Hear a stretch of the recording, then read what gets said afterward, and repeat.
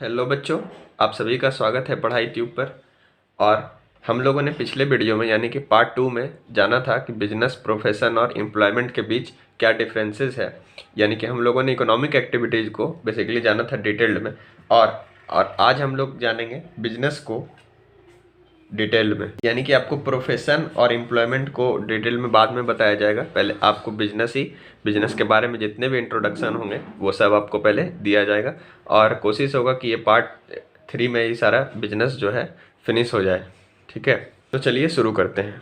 तो बच्चों, पहले आप देखो कि बिजनेस जो है, बिजनेस जो वर्ड का जो फॉर्मेशन हुआ है वो बिजी वर्ड से बना है। ठीक है, यानी कि अगर आप कोई काम करते हो, अगर आप कोई बिजनेस करते हो तो आप उसमें क्या होना पड़ेगा, आपको बिजी होना पड़ेगा। जैसे मैं अभी अगर आपको नीचे के वाले डेफिनेशन से बताऊंगा तो आपको समझ आ जाएगा कि बिजी बोलने का क्या मतलब है। बिजी बोलने का मतलब है कि रेगुलरली इंगेज। ठीक है, इसमें रेगुलरली इंगेजमेंट चाहिए, इसका बोलने का मतलब यही है। ठीक है, जैसे मैं कहूँ any occupation in which people regularly engage in an activity with a view of earning profit is called a business। यानी कि अगर बिजनेस का डिफिनेशन दिया जाए तो क्या होगा, वो कोई सा भी ऑक्यूपेशन यानी कोई सा भी काम, कोई सा भी एक्टिविटीज जिसमें क्या है, लोग जो है रेगुलरली इंगेज है। लोग क्या है, रेगुलरली इंगेज है किसी ना किसी एक्टिविटी में। किस मकसद से? Earning profit. अब ध्यान रखना, किस मकसद से? Earning profit. तो वही क्या कहलाता है, हमारा बिजनेस कहलाता है। तो यानी कि अगर मैं एग्जांपल दूं आपको, तो आप अपने लेफ्ट देखो या अपने राइट देखो। यानी बोलने का मतलब है कि अगर आप अपने आसपास देखोगे तो आपको सिर्फ बिजनेस ही दिखाई देगा। या तो वो छोटे रूप में हो सकता है या तो वो बड़े रूप में हो सकता है। जैसे आप दुकान देखोगे तो वो सोल ट्रेडिंग है, बिजनेस का ही एक पार्ट है, बिजनेस का ही एक रूप है, वो छोटे पार्ट में है। ठीक है, जैसे अगर आप कंपनी का एग्जांपल लेते हो, कोई बड़ी सी कंपनी जैसे रिलायंस हो गई, टाटा हो गई, तो वो भी क्या है, बिजनेस ही है। लेकिन वो बिजनेस का क्या है, बड़ा रूप है। बिजनेस का वो कौन सा रूप है? कंपनी वाला रूप है। हम लोग क्लास 11th में सारे को डिटेल्ड में जानेंगे, चाहे वो एक छोटी सी दुकान हो, चाहे वो बड़ी सी कंपनी हो, सबके बारे में डिटेल्ड में हम सबको जानना है। ठीक है, तो आप ध्यान रखना, अगर डेफिनेशन आपको लिखना हो तो क्या लिखोगे कि वहाँ पर पीपल क्या होने चाहिए, रेगुलरली इंगेज होने चाहिए। ठीक है, किसी ना किसी एक्टिविटी में होगी, किस मकसद से? Earning profit. यानी कि मेन ऑब्जेक्टिव हमारा क्या होगा? प्रॉफिट अर्निंग होगा। ठीक है, इसको आप ध्यान रखना। रेगुलरली इंगेज का मतलब मैं अगर समझाऊं तो जैसे आप समझो कि अगर आपने कोई सामान खरीदा, आपके पास मान लो एक मोबाइल है, और आपने क्या किया, उस मोबाइल को बेच दिया। तो वहाँ पर आप किस काम को किए? बेचने का तो काम किए, लेकिन आप सिर्फ वहाँ पर आप एक ही बार कर रहे हो। ठीक है, जैसे आप क्या कर रहे हो, OLX पर आप कोई भी सामान बेच रहे हो, लेकिन आप रेगुलर वहाँ पर आप नहीं कर रहे हो, वो सिर्फ आपने एक बार किया है, या फिर एक दो बार तीन बार ही सिर्फ करके क्या किया है, छोड़ दिया उस काम को, तो वो बिजनेस नहीं कहलाता। बिजनेस का मतलब है कि वहाँ पर आपको रेगुलर करना होगा। यानी कि आप मोबाइल ही खरीद रहे हो, मोबाइल ही बेच रहे हो, खरीद रहे हो, बेच रहे हो, खरीद रहे हो, बेच रहे हो, क्या कर रहे हो? Purchase and sale, purchase and sale. तो वही हमारा क्या कहलाएगा? बिजनेस कहलाएगा। अगर आप एक बार करते हो तो वो बिजनेस नहीं कहलाता है। ठीक है, तो आप इस बात का जरूर ध्यान रखिएगा। अगर मैं कहूँ, अगर बिजनेस को अगर एक तरीके से और डिफाइन करूँ तो ये क्या है, it means the exchange of goods, money और सर्विसेज। यानी कि एक्सचेंज, किसका एक्सचेंज है? लेन देन है, किस चीज़ का? गुड्स का, यानी कोई सामान का, कोई सर्विसेज का, यानी और मनी का। ठीक है, या मनी हो या सर्विसेज हो या फिर गुड्स हो, इन्हीं सब के लेन देन को क्या कहते हैं? बिजनेस कहते हैं। और आप यहाँ फिर से आप देखो क्या आ गया, म्यूचुअल बेनिफिट। यानी सेम बात यहाँ वाली आ रही, प्रॉफिट अर्निंग। म्यूचुअल बेनिफिट मतलब खुद के बेनिफिट के लिए, माफ कीजिएगा, म्यूचुअल बेनिफिट मतलब एक दूसरे के बेनिफिट के लिए। आप जिससे खरीदे हो उसको भी बेनिफिट हो, आप जिसको बेचोगे उसको भी कहीं ना कहीं फायदा हो, और आपको भी फायदा हो। तो वहाँ पर म्यूचुअल बेनिफिट आपको दिखेगा। अगर मैं बात करूँ कि बिजनेस में क्या क्या एक्टिविटीज इंक्लूडेड होंगे, यानी कि बिजनेस में कौन कौन सा एक्टिविटीज आएगा, तो जनरली आपको प्रोडक्शन देखने को मिलेगा। यानी कि आप किसी सामान का क्या करते हो? प्रोडक्शन करते हो। आपको परचेज देखने को मिलेगा, आपको सेल्स देखने को मिलेगा, आपको कोई ना कोई सर्विसेज देखने को मिलेगा। ठीक है, इसका क्या मतलब है? परचेज, सेल्स, प्रोडक्शन, सर्विसेज का। जैसे आपके पास मान लो एक फैक्ट्री है जहाँ पर आप क्या कर रहे हो, किसी से रॉ मटेरियल खरीद रहे हो। ठीक है, रॉ मटेरियल मतलब मान लो आप किसी से क्या खरीद रहे हो, कच्चा दूध खरीद रहे हो। ठीक है, फिर उसको आप क्या किए, आप प्रोडक्शन किए उसका। प्रोडक्शन मतलब उसकी यूटिलिटी को आपने बढ़ाया। यूटिलिटी को बढ़ाने का मतलब आपने दूध से बना दिया घी। आपने फैक्ट्री में क्या किया, दूध से बना दिया घी। फिर आप उसको क्या करोगे, बेचोगे। ठीक है, तो ये क्या कहलाता है हमारा, यही कहलाता है हमारा बिजनेस कहलाता है। इसमें आपको भी फायदा होगा, इसमें आपको भी फायदा होगा, इसमें जिससे आप दूध खरीदे उसको भी फायदा होगा, और जिसको आप बेचोगे उसको भी कहीं ना कुछ कंजम्पशन करेगा वो, तो उसको भी फायदा होगा। तो यहाँ पर क्या होता है, म्यूचुअल बेनिफिट होता है। तो आपको बिजनेस की डिफिनेशन आप चाहे ये भी लिख सकते हो, आप ये भी लिख सकते हो, और भी कई सारे डिफिनेशन हो सकते हैं बिजनेस के। ठीक है, बिजनेस जो है क्या है, वाइड टर्म है, छोटी सी बात नहीं है, ये वाइड टर्म है। ठीक है, क्या है ये, वाइड टर्म। और ये अभी डे ऑफ द डिमांड है, डिमांड ऑफ द डे और डे ऑफ द डिमांड, जो भी है आप समझ लो, बस इसी का भी क्या है, डिमांड है सबसे ज़्यादा। ठीक है, बिजनेस की ही सख्त ज़रूरत है हमारे देश में। एक क्या है, ये वाइड टर्म है। तो ये हो गए सारे हमारे, क्या हो गए, ये सारे हमारे हो गए कॉन्सेप्ट्स। पार्ट 2 में आपको लास्ट में कहा था कि आपको कुछ कॉन्सेप्ट्स बताऊंगा और कैरेक्टरिस्टिक्स बताऊंगा। तो ये कॉन्सेप्ट्स हो गए, अब आते हैं कैरेक्टरिस्टिक्स पर। तो बच्चों अभी हम लोग जानेंगे कैरेक्टरिस्टिक्स ऑफ बिजनेस। तो कैरेक्टरिस्टिक्स का तो स्पेलिंग सही ही है, अगर सही आप नहीं है तो आप कृपया कर सुधार लेना आप इसे, आप तो इतना समझदार हो ही। तो चलिए जानते हैं, फर्स्ट नंबर है क्या, an economic activity. An economic activity का क्या मतलब, मैं ये चीज़ पार्ट 1 से ही बता रहा हूँ कि बिजनेस क्या है, एक इकोनॉमिक एक्टिविटी है। इसीलिए मैंने क्या आपको सबसे पहले इकोनॉमिक और नॉन इकोनॉमिक एक्टिविटीज़ के बीच में क्या बताया था, डिफरेंस बताया था शुरू में ही।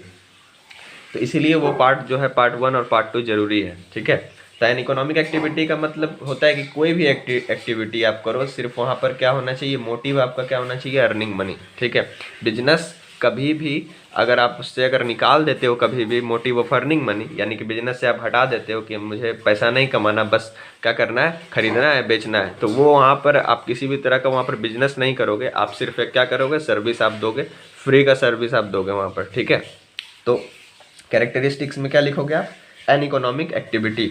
ये डेफिनेशन में भी साफ साफ लिखा हुआ है, आप देख सकते हो। अगर इसकी एग्जांपल में बोलूँ कि इकोनॉमिक एक्टिविटी की, तो कोई भी दुकानदार आप समझ लो, शॉपकीपर है, वो क्या कर रहा है, परचेज कर रहा है, सेल्स कर रहा है, यानी कि किसी से सामान खरीद रहा है, होलसेलर से वो किसी से सामान खरीद रहा है, और वो क्या कर रहा है, फिर कस्टमर को बेच रहा है। तो वहाँ पर उसको क्या हो रहा है, कुछ फ़ायदे हो रहे हैं। ठीक है, वो थोड़ा कम में खरीदता है और थोड़ा सा ज़्यादा में खरीद बेचता है, यानी 2 का सामान वो 3 में बेचता है, तो उसको 1 रुपये का प्रॉफिट होता है। तो यहाँ पर क्या आ गया, वही बात हो गई, इन मोटिव ऑफ अर्निंग मनी। तो वो क्या कहलाएगा, हमारा इकोनॉमिक एक्टिविटी। अगर मैं एग्जाम्पल की बात करूँ तो आप लिख सकते हो purchase and sale of goods by a shopkeeper. ठीक है, तो सेकेंड में है हमारे पास सेल और exchange of goods and services. इसका मतलब क्या है कि किसी भी गुड्स और सर्विसेज का क्या होना चाहिए, सेल होना चाहिए या फिर एक्सचेंज होना चाहिए। या तो उसका सेल होना चाहिए, सेल मतलब कि आपने किसी से खरीदा है और फिर आप उसको बेच रहे हो। ठीक है, जनरली आप इसको रीसेल कर सकते हो, रीसेल कह सकते हो। ठीक है, और exchange of goods and services, लेन देन किसका, किसी भी सामान का या फिर कोई भी सर्विसेज का। जैसे आप मान लो कि आप क्या कर रहे हो कि पढ़ा रहे हो, तो आप क्या कर रहे हो, दे रहे हो क्या, आप सर्विस दे रहे हो, आप किसी भी स्टूडेंट्स को क्या दे रहे हो, आप सर्विस दे रहे हो। अगर आप क्या कर रहे हो, टीच कर रहे हो, तो आप स्टूडेंट्स को क्या दे रहे हो, सर्विस दे रहे हो। ठीक है, तो आप उसके बदले क्या करोगे, यानी कि एक तरह से सेल का मतलब भी वही हो गया, देना। सेल मतलब कि आप अपने सर्विसेज को बेच रहे हो, यानी कि आप जो पढ़ा रहे हो वो आप क्या कर रहे हो, अपने बच्चों को क्या कर रहे हो, बेच रहे हो, और आप उसके बदले क्या लोगे, पैसे लोगे। तो वो हो जाएगा वहाँ पर बिजनेस के कैरेक्टरिस्टिक्स में आ जाएगा।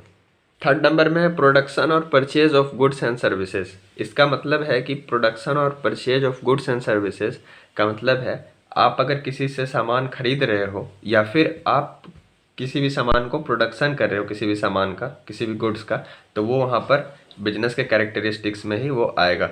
आप यहाँ ध्यान से समझना कि आप अगर प्रोडक्शन करोगे तो आप प्रोडक्शन करके अपने पास थोड़ी ना रखोगे, आप उसको क्या करोगे, सेल ही करोगे। ठीक है, तो ये सारे अभी मैंने एक आपको ध्यान होगा कि मैंने एक चीज़ बताया था, अभी हमने यहाँ पर क्या बताया था आपको, प्रोडक्शन, परचेज, सेल्स, सर्विसेज।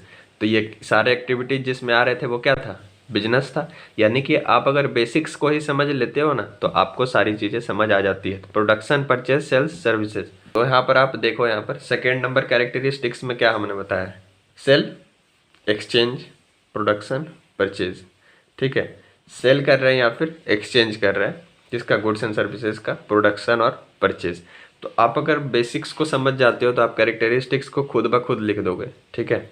यानी कि आप फैक्ट्री वाला अगर एग्जाम्पल को आप समझो तो वो किसी से क्या खरीदा था, रॉ मटेरियल खरीदा था यानी परचेज किया था। उसके बाद उसने क्या किया था, उसका प्रोडक्शन किया था यानी कि उसको उसकी यूटिलिटी बढ़ा दी थी उसका फॉर्म बदल कर, और उसके बाद उसको सेल किया था, ठीक है। और ये जो लगातार वो क्या हो रहा था, वो चलते जा रहा था। तो यही हमारा क्या कहलाता था, बिजनेस। अगर फोर्थ कैरेक्टरिस्टिक्स की बात करूं, dealings of goods on a regular basis. ये भी आपको डिफिनेशन से ही पता चल गया होगा कि हमने क्या बताया था कि रेगुलर बेसिस पर होना चाहिए वो। ये नहीं कि आज आपने एक सामान खरीदा फिर उसको बेच दिया और उसके बाद आप बैठ गए आराम से, तो वहाँ पर वो बिजनेस नहीं कहलाएगा, ठीक है। यहाँ पर रेगुलर बेसिस पर होना चाहिए आपका डील। कोई भी आप सामान या फिर आप कोई भी सर्विस किसी को दे रहे हो तो वो रेगुलर बेसिस पर आप अगर करोगे तो वही आपका क्या कहलाएगा, वो बिजनेस कहलाएगा। अगर पांचवें कैरेक्टरिस्टिक्स की बात करूं तो वो क्या होगा, प्रॉफिट मोटिव। अगेन डेफिनेशन को आप याद करो, क्या हमने कहा था वहाँ पर, for earning profit, for motive of earning profit, तभी वो कहलाएगा बिजनेस, अथवा नहीं होगा वो बिजनेस। अगर वो बिजनेस प्रॉफिट नहीं कमाने का उसका अगर उसका उद्देश्य है तो वो क्या होगा, नॉट फॉर प्रॉफिट ऑर्गेनाइजेशन होता है, ना कि वो बिजनेस कहलाएगा, नॉर्मल बिजनेस, ठीक है। वो एनपीओ कहलाता है, आपको क्लास 12 में वो डिटेल में जानना होगा। 6 नंबर में है अनसर्टेनिटी ऑफ रिटर्न।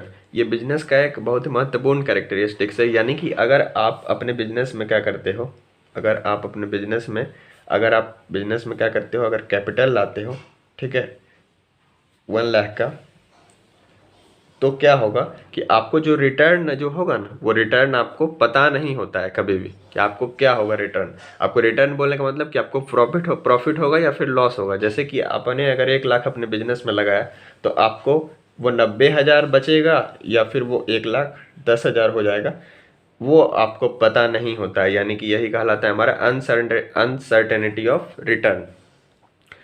आपको प्रॉफिट होगा, लॉस होगा, क्या कब हो जाएगा, उसका आपको कोई भी ज्ञान नहीं होता है, ठीक है। इसका मतलब क्या होता है, अनसर्टेनिटी ऑफ रिटर्न मतलब lack of knowledge related to returnable amount,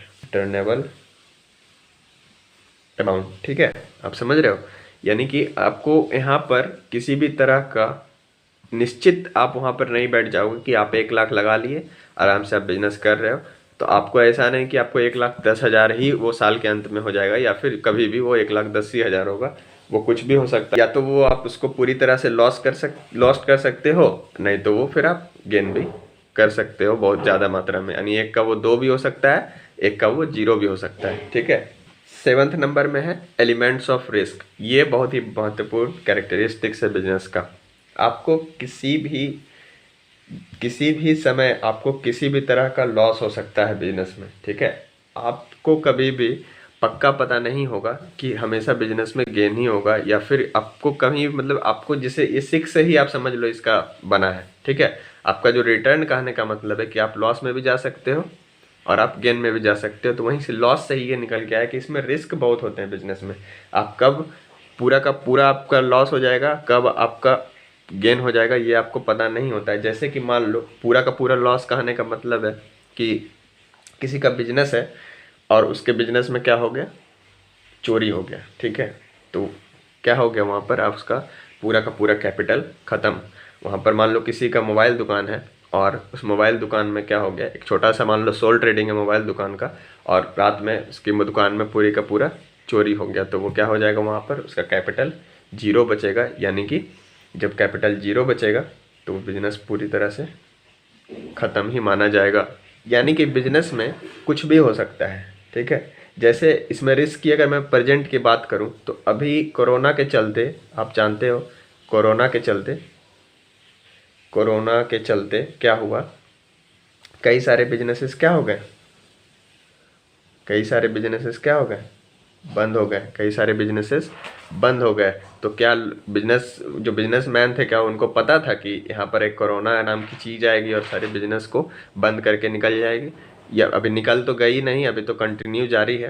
तो किसी को इसका अंदाज़ा नहीं था। यानी कि किसी भी तरह का नेचुरल कैलेमिटी जा सकती है, किसी भी तरह का चोरी हो सकता है, किसी भी तरह का आग लग सकता है। तो यहाँ पर रिस्क से आप पूरी तरह से आप भरे पड़े होते हो, ठीक है, कोई भी बिजनेसमैन, बिजनेस मतलब रिस्क, बिजनेस का मतलब आप समझ सकते हो रिस्क, ठीक है, बिजनेस मतलब रिस्क। आप लिख सकते हो कि any business is full of risk. जैसे अगर मैं रिस्क की बात करूं, या फिर कुछ रिस्क ऐसे भी हो सकते हैं नेचुरल के अलावा, कुछ रिस्क ऐसे भी हो सकते हैं जो कि नेचुरल ना हो। जैसे कि क्या हुआ कि अगर आप कोई सामान बेच रहे हो और आपका सामान बिकना ही क्या हो गया, वो बंद हो गया, यानी कि वो कस्टमर को अब अच्छा नहीं लगने लगा, तो वो क्या हो जाएगा, वहाँ पर उस सामान का किसी भी तरह का कहीं ज़रूरत नहीं होगा, तो वो सामान बिकेगा नहीं, तो वहाँ पर भी वो बिजनेस बंद हो जाएगा। जैसे क्या हो गया, कोई भी पॉलिसी चेंजेस आ गई सर गवर्नमेंट के द्वारा, ठीक है, गवर्नमेंट ने क्या किया, किसी भी तरह का टैक्सेस बढ़ा दिया या किसी भी तरह का कोई पॉलिसी में चेंज ला दिया, तो वहाँ से भी आपको लॉस हो सकता है। आपको बिजनेस में क्या वाइड स्कोप देखने को मिलता है, ठीक है। वाइड स्कोप का मतलब हो गया कि बिजनेस का स्कोप जो है बहुत बड़ा है, यानी कि आप किसी भी कस्टमर्स तक पहुँच सकते हो, आप कहीं तक जा सकते हो। आप अगर जीरो पर हो तो जीरो से आप देश के सबसे अमीर आदमी भी बन सकते हो। आपको बिजनेस में इतना स्कोप है कि आपको वहाँ पर लेके जा सकता है, ठीक है। जीरो से आपको कहाँ लेके जा सकता है, रिचेस्ट पर्सन तक। तो बिजनेस का जो स्कोप है वो बहुत बड़ा है। और 9th नंबर, बिजनेस जो है क्या, साइंस भी है और आर्ट्स भी है, ठीक है, साइंस भी है और आर्ट्स भी है। इसका मतलब क्या है कि साइंस के तरह ही बिजनेस में भी कुछ क्या होते हैं, प्रिंसिपल्स होते हैं जिसको फॉलो किया जाना चाहिए, और बिजनेस में साइंस के तरह ही कुछ लॉज भी होते हैं। और अगर आर्ट्स का मतलब अगर मैं कहूँ तो आर्ट्स क्यों है ये, क्योंकि आर्ट्स में आपको एक बेहतर अंडरस्टैंडिंग होनी चाहिए। तो वो आप अगर बिजनेस भी करना अगर चाहोगे तो आपको एक अंडरस्टैंडिंग चाहिए होगा। आर्ट्स में आपको एक्सपीरियंस चाहिए होता है, सब आर्ट्स के अंदर ही आता है, आपको एक्सपीरियंस मिलता है आर्ट्स से। तो बिजनेस भी क्या है, एक एक्सपीरियंस वाली ही चीज़ है। आपको एक एबिलिटी की ज़रूरत होती है, तो वो किसके अंदर, वो बिजनेस में भी वो चाहिए आपको, वो एबिलिटी। तो इसीलिए बिजनेस को साइंस और आर्ट्स माना गया है, ठीक है। तो आई होप कि आपको सारे जितने भी कॉन्सेप्ट्स और कैरेक्टरिस्टिक्स थे बिजनेस के वो समझ आ गए होंगे। तो तब तक के लिए टेक केयर, और हम लोग मिलेंगे पार्ट 4 में जल्द ही।